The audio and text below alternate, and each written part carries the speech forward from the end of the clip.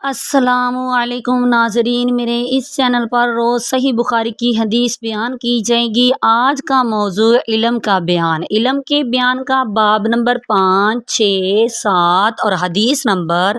58، 59، 60، 61، 62، 63 بیان کی جائے گی، جس میں بتایا جائے گا المناولہ کے بارے میں اور اہل علم کا علم یا علم کی باتیں لکھ کر شہر والوں کو دے دینا۔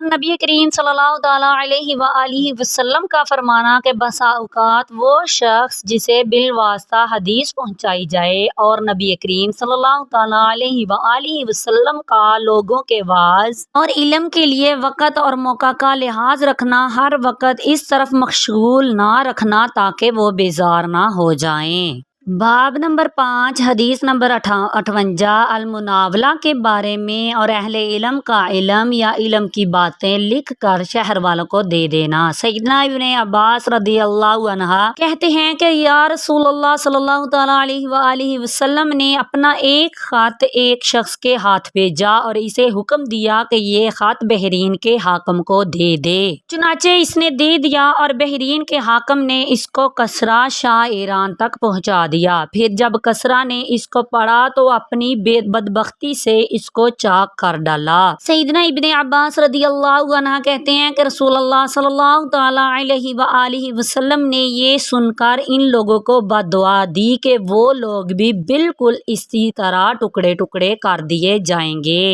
اسی باب کی دوسری حدیث، حدیث نمبر 59، سیدنا انس بن مالک رضی اللہ عنہ کہتے ہیں کہ نبی کریم صلی اللہ تعالیٰ علیہ وآلہ وسلم نے ایک خط شاہ روم یا ایران کو لکھا یا لکھنے کا ارادہ کیا تو آپ صلی اللہ تعالیٰ علیہ وآلہ وسلم سے یہ کہا گیا کہ وہ لوگ بے مہر کا خط نہیں پڑھتے، یعنی اس کو وقعت نہیں دیتے۔ چنانچہ آپ صلی اللہ تعالیٰ علیہ وآلہ وسلم نے چاندی کی ایک انگوٹھی بنوائی، اس میں محمد رسول اللہ صلی اللہ تعالیٰ علیہ وآلہ وسلم کندہ تھا۔ سیدنا انس رضی اللہ عنہ کہتے ہیں ایسا محسوس ہو رہا ہے گویا میں اب بھی آپ صلی اللہ تعالیٰ علیہ وآلہ وسلم کے ہاتھ مبارک میں اس کی سفیدی کی طرف دیکھ رہا ہوں۔ اسی باب کی تیسری حدیث، حدیث نمبر 60، سیدنا ابو واقد لیثی رضی اللہ عنہ سے روایت ہے کہ ایک دن اس حالت میں کہ رسول اللہ صلی اللہ تعالیٰ علیہ وآلہ وسلم مسجد میں تشریف فرما تھے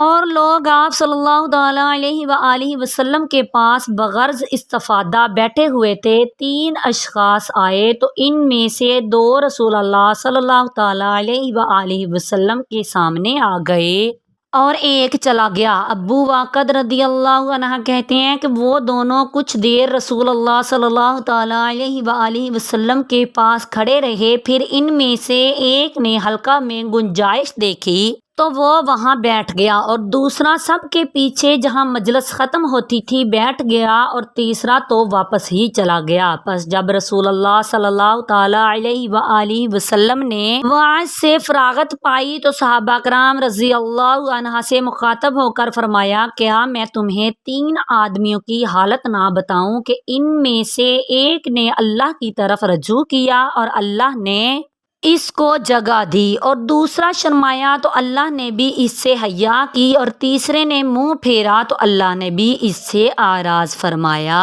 باب نمبر 6، حدیث نمبر 61، نبی کریم صلی اللہ تعالیٰ علیہ وآلہ وسلم کا فرمانا کہ بسا اوقات وہ شخص جسے بالواسطہ حدیث پہنچائی جائے براہ راست سننے والے کی بنسبت زیادہ یاد رکھنے والا ہوتا ہے۔ سیدنا ابو بکر رضی اللہ عنہ سے روایت ہے کہ ایک دفعہ آپ صلی اللہ تعالیٰ علیہ وآلہ وسلم اپنے اونٹ پر بیٹھے تھے اور ایک شخص اس کی نکیل پکڑے ہوئے تھا۔ آپ نے صحابہ کرام رضی اللہ عنہ سے مخاطب ہو کر فرمایا یہ کون سا دن ہے؟ تو ہم چپ رہے یہاں تک کہ ہم نے خیال کیا کہ ان قریب آپ صلی اللہ تعالیٰ علیہ وآلہ وسلم اس کے اصلی نام کے سوا کچھ اور نام اس کا بتائیں گے؟ تو آپ صلی اللہ تعالیٰ علیہ وآلہ وسلم نے فرمایا کیا یہ قربانی کا دن نہیں ہے؟ ہم نے عرض کی کہ ہاں۔ پھر آپ نے پوچھا یہ کون سا مہینہ ہے؟ تو ہم نے پھر سکوت کیا، یہاں تک کہ ہم نے خیال کیا کہ شاید آپ صلی اللہ تعالیٰ علیہ وآلہ وسلم اس کا نام بدل کر بتائیں گے۔ تو آپ صلی اللہ تعالیٰ علیہ وآلہ وسلم نے فرمایا کیا یہ ذوالحج نہیں ہے؟ ہم نے عرض کی کہ ہاں۔ اس کے بعد آپ صلی اللہ تعالیٰ علیہ وآلہ وسلم نے فرمایا یقیناً تمہارے خون اور تمہارے مال اور تمہاری عزتیں آپس میں ایسے ہی حرام ہیں جیسے تمہارے اس دن میں، تمہارے اس مہینہ میں، تمہارے اس شہر میں حرام سمجھے جاتے ہیں۔ چاہیے کہ جو لوگ حاضر ہیں وہ ان کو یہ خبر پہنچا دیں جو یہاں موجود نہیں، اس لیے کہ شاید اس وقت سننے والا ایسے شخص کو یہ حدیث پہنچائے کہ جو اس سے کہیں زیادہ اس کو یاد رکھے۔ باب نمبر 7 حدیث نمبر 62 نبی کریم صلی اللہ تعالیٰ علیہ وآلہ وسلم کا لوگوں کے وعظ اور علم کے لیے وقت اور موقع کا لحاظ رکھنا، ہر وقت اس طرف مشغول نہ رکھنا تاکہ وہ بیزار نہ ہو جائیں۔ سیدنا ابن مسعود رضی اللہ عنہ کہتے ہیں کہ نبی کریم صلی اللہ تعالیٰ علیہ وآلہ وسلم ہمیں نصیحت کرنے کے لیے وقت اور موقع کی رعایت فرماتے تھے، ہمارے اکتا جانے کے خیال سے ہر روز وعظ نہ فرماتے تھے۔ اسی باب کی دوسری حدیث، حدیث نمبر 63 سیدنا انس رضی اللہ عنہ نبی کریم صلی اللہ تعالیٰ علیہ وآلہ وسلم سے روایت کرتے ہیں کہ آپ صلی اللہ تعالیٰ علیہ وآلہ وسلم نے فرمایا دین میں آسانی کرو اور سختی نہ کرو اور لوگوں کو خوشخبری سناؤ اور زیادہ تر ڈرا ڈرا کر انہیں متنفر نہ کرو۔ آمین بجاہ النبی الامین۔ میری آنے والی ویڈیو میں علم کے بیان کا باب نمبر 8، 9، 10، 11 اور 12 حدیث نمبر 64، 65، 66، 67 اور 68